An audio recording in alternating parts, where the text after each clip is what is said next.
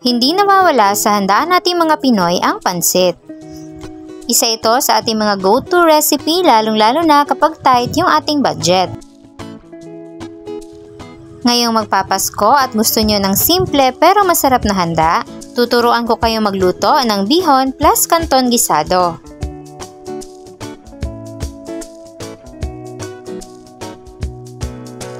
Gagamit tayo ng 200 grams ng special bihon.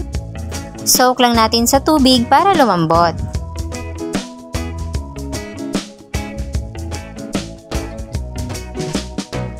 Habang binababad natin yan, magpapainit lang tayo ng mantika at lulutuin natin yung ating squid balls.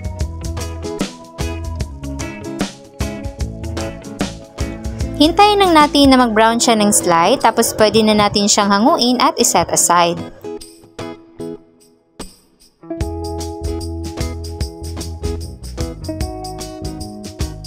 Then, magigisa na tayo ng sibuyas,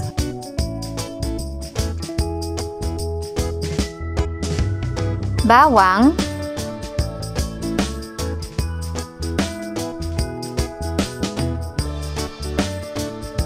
at isunod natin yung ating manok. Chicken thigh yung ginagamit kong part dahil mas malasa.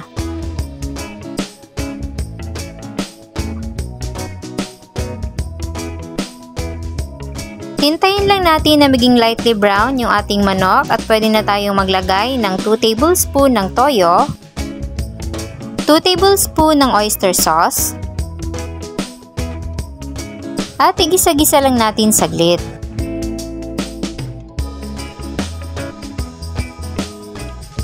Maglalagay din tayo dyan ng ground black pepper.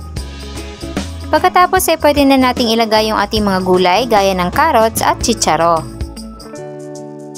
Igisa lang natin hanggang sa maging half-cook na yung ating mga gulay.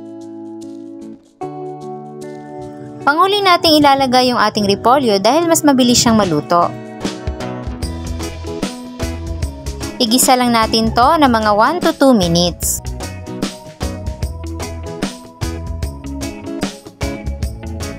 Pagkaluto ay iset aside lang muna. Sa parehong pan na pinaglutuan natin, maglalagay tayo ng 2½ cup ng tubig, 2 tablespoon ng toyo, isang chicken cube, at paminta. Haluin lang natin to hanggang sa kumulo. Kapag kumukulo na, pwede na nating ilagay yung ating ibinabad na bihon. Isimmer lang natin at hayaan nating ma-absorb niya yung mga liquid.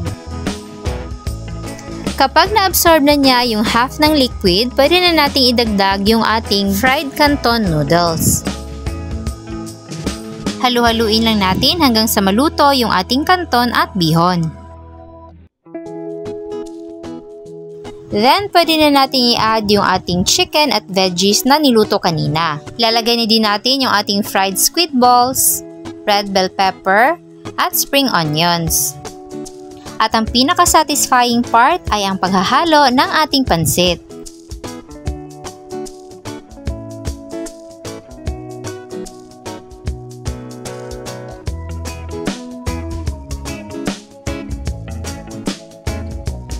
Ayan, at ready na ang ating paboritong bihon plus canton gisado. Tawagin mo na ang buong pamilya at mamigay sa kapitbahay kung meron pang extra. Kung meron kang tinapay ay solve na ang inyong pangmeryenda. Ilalagay ko na lang dyan sa ibaba ang kompletong listahan ng ating mga sangkap. Enjoy!